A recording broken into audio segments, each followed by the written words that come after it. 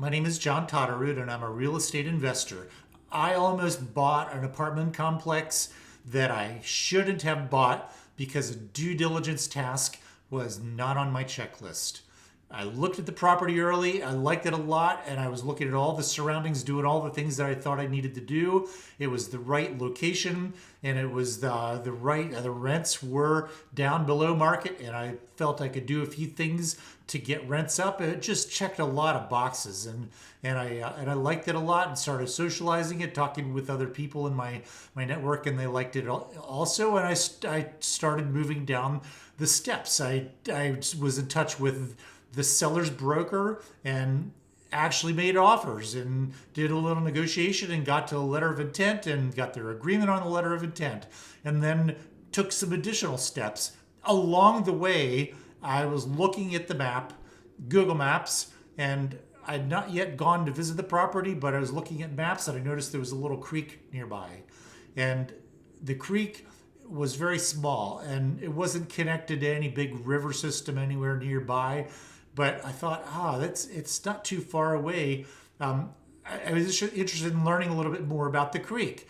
And then I realized, maybe I should check if it's in a floodplain and check the flood map, and went to a FEMA website. Everybody can check the FEMA websites and see the floodplains and where they extend. And lo and behold, it was sitting on the edge of a floodplain. And I thought, what is the likelihood of that little creek overflowing and doing damage to this property? It just seems so negligible. And I reached out to the city and I found, there's a person whose title is floodplain manager in that city. And she was very informative and helpful and explained a few things to me and said that it was a long time ago, 50 or 75 years ago, last time that creek had breached the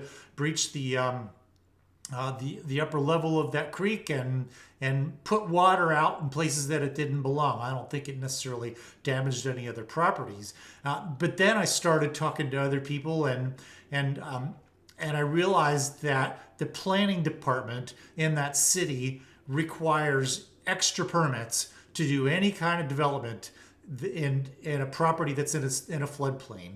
And I'm looking at this, and I didn't have renovations that were going to require permits. Most of the things that we do are just transforming the insides of units, and really nothing major on the outside. And we weren't going to be adding electrical or adding any other structures that would require permits. And I thought, well, does this affect me or not?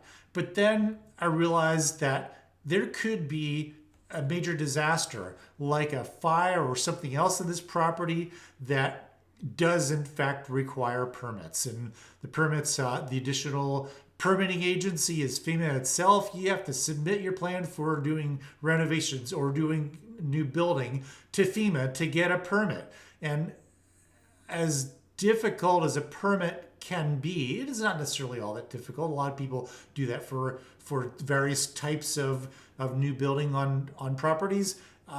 This is a major extra step that I was not going to have to do, or not inclined to want to do. It would take months. It would delay construction of whatever needed to be done for months. Wasn't sure if insurance would cover all that, and I realized this is not something I need. I don't need that risk. It is a risk in the property. As low likelihood as it is, if it happened, it would have major consequences.